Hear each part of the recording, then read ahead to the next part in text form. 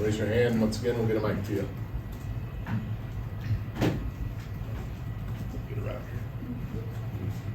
here. Go ahead. Coach, let's talk about Brandon Newman. Went through some tough times last year, getting a lot more playing time this year. He seems to be really doing just so great. Tell me about Brandon and how you feel about his play. Yeah, well, obviously, we've struggled shooting the basketball. I like our skill level. So obviously him knocking down some threes really helped us. I thought he was really active. He had 5 blocks in the game, which from a guard's standpoint is pretty impressive. But no, he's a weapon from an offensive standpoint. There's no question about that. And anytime you can come into the game, he's got to find himself into games. Like he's got to get comfortable and take what comes his way. Sometimes when he starts forcing things, he puts himself in binds. But when he just takes his shots and takes his opportunities, he's been very effective.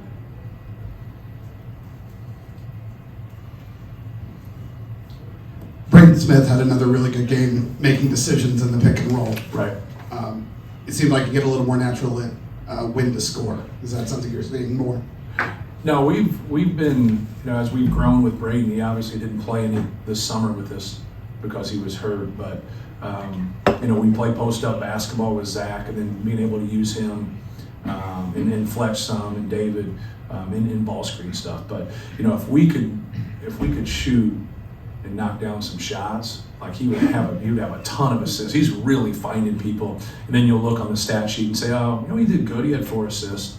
When in reality, he set up about 10 to 12 people, for plays. But he's just got a great knack of knowing where people are and reading the defense and kind of that hesitation dribble of getting people on their heels and understanding what ball screen you don't see everything, but you see most everything in non-conference. When you get to our league, we probably play a little bit more drop ball screen defense coverage than most, I would think, just because of our size in our league. So he'll see more of that.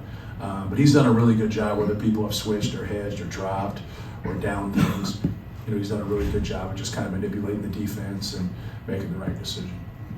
The way your team is rebounding, doing an okay job taking care of the basketball, probably not defending to your standard, but doing an okay job. Do you feel like this team's a little bit Big Ten readier than maybe some other teams here in the last couple of years?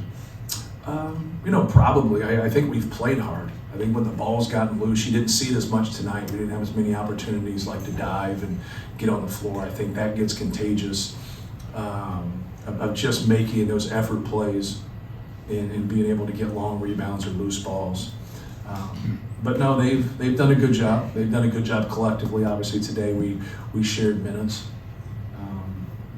But they've rebounded the ball. I like our effort. Like even though sometimes we're not getting rebounds, we're keeping them alive. Mm-hmm. And whether it's a free throw box out, those guys are giving their effort. And what they have to learn to do, especially Caleb, Trey, and Mason, you can't get frustrated because all 3 of those guys deserve to play more. But you're not, you're going to have games where if one guy steps up, and plays really well, like Caleb did in the second half of the Davidson game, like Trey Kaufman did in the last game when he had 24. The other 2 aren't going to play as much. It's just kind of the way it is. But Zach was out of the last game, so they did. But when he's going to be in there, you have to understand that. Well, don't get mad and frustrated about it. Maximize it. Whatever minutes you get, make the most of it. And that's what those guys are doing. So on those offensive rebounds, how it's easier to kind of see when it opens at a free throw box out. But like in the game, those guys are giving great efforts, and sometimes the ball just doesn't come their way. But as long as they just keep their motor going and their effort, it really helps us. With so many guys sharing minutes, how do you prepare them in practice or before games to be effective and heat up in those short stretches of time? Yeah, it's the same for everybody. So like even though you got a short stretch to prepare, you've been preparing since June. You've really been preparing your whole life if you're a player. So the guys that don't get familiar, I worry about them because you should be watching other teams in the Big Ten, right? It's your passion, it's everything that you've put into. You've put so much time into now to play Big Ten basketball, to play and try to win a conference championship is what it's about. And it's very, very difficult with 14 teams. And it's very difficult starting off, even though we've played 2 games, you still have a separation. You kind of look at this as kind of the start, really, because that's the way it used to be. But Rutgers has just been fabulous for our league. like how hard they've played. Coach Pico has been great. Like they're just tough. They defend. They come at you. They can score in different ways. And so like we're going to have our hands full. And our guys know that. Our guys have watched them and understand that. And that's what it's about. That's what we're looking forward to. Matt, Mason said yesterday after practice he's always been a vocal guy, but now he's learned how to communicate and be heard. How has he kind of owned that team captain role this year? Yeah, well, he's earned it. You know, we vote for our captains, and so that's what his teammates think of him. And I think that's usually the best way. Sometimes if you don't have a disciplined or mature team, they'll vote for their buddies. And we always try to say, don't vote for your best friend. Vote for the people that embody what a leader should be. And he's done a great job with it. And part of leadership is like, you know, when it doesn't go your way, of being happy for other people. And he's done a great job of that. But, you know, him and Brandon have been, you know, here for 4 years. And, you know, you want them to be able to use those experiences that they've had and help everybody else out. But Mace has done a great job leading. It's hard because he spent, what was it, 7 to 10 days? I don't know what the actual time was, and he was away. And now trying to come back, you want to be able to play more to get that feel. So that's frustrating. That's really frustrating. But he's done a great job as a leader. Him and Ethan have done a great job as our captains. Hey, Matt, I've got a Mitch Daniels question for you. President Daniels is, retiring in a few days. He's been here for 10 years. What's he done to reflect, kind of back on him, what he's meant to the university, and plus, obviously, the athletics? Right. Well, he's just a great guy. He's been great, for our institution. Obviously, with a lot of students like the tuition freeze, they enjoy that. Their parents probably enjoy it more. But no, he's just a fair guy, a straight up guy. Someone that you could sit down and have a normal conversation with. You would never think he's been the president of Purdue for 10 years or the governor for 8 years. He came in here with an open mind and really helped our institution grow in so many ways. For us, obviously for athletics, he was always a huge supporter of us in men's basketball, but all the sports. And it's just great to see your president actually coming to your games, and Dr. Jiski was the same way. Man, they come to the games and support you, and that's pretty cool.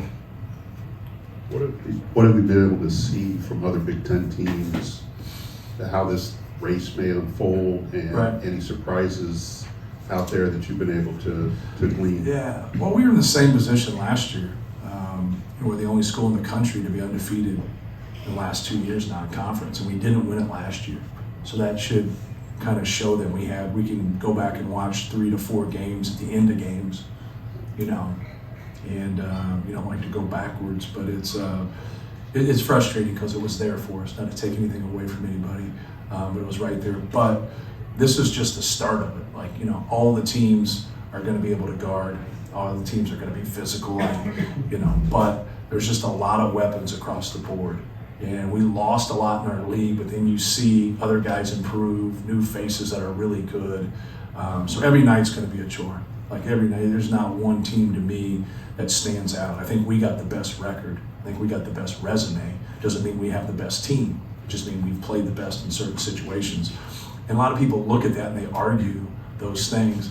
If everybody played the same opponents on the same day at the same time, which is impossible, you'd have variables that were consistent. You have floating variables across the board. So we do the best we can and we rank teams, and that's where it lies. It doesn't guarantee you're going to go forward and be that team.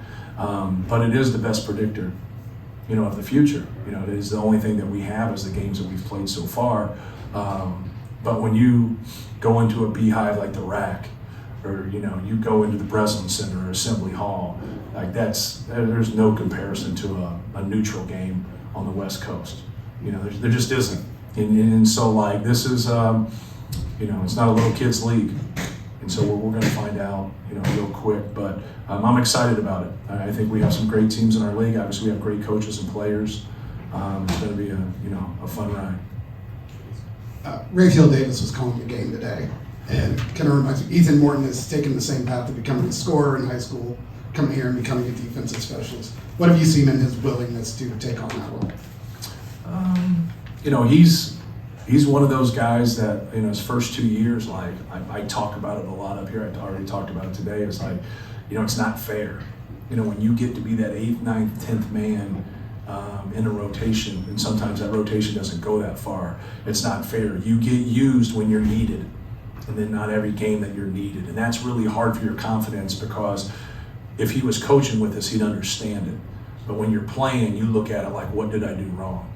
And that's not the case at all. You just have a good team. You have a talented, deep team. So he's been there, and he's been able to stay positive and keep working and keep getting better. And when you do that, and you have a lot of time to watch, and you're intelligent, which he is, you figure out, like, how can I find my way here? Like, how can I get, because if you can get yourself on the court, now the other things will take care of themselves. So he's smart. Like, he understands we got to get Zach involved. You know, he understands you got to give Braden space, you got to give Fletch space, you got to find those guys when they're open, you know, things of that nature. So he's a very, very instinctual, good offensive player. He's not a high-level scorer at this level, but he can still score. He's missed some shots here of late, but he'll knock those down. But he's figured it out, like, if I'm the best defensive player out here, he's going to have me on the court a lot, especially when you get into sticky games. And, you know, he's really mature and understands that. And it's smart. Some players never understand that. They never understand, like, they want everything to conform to them.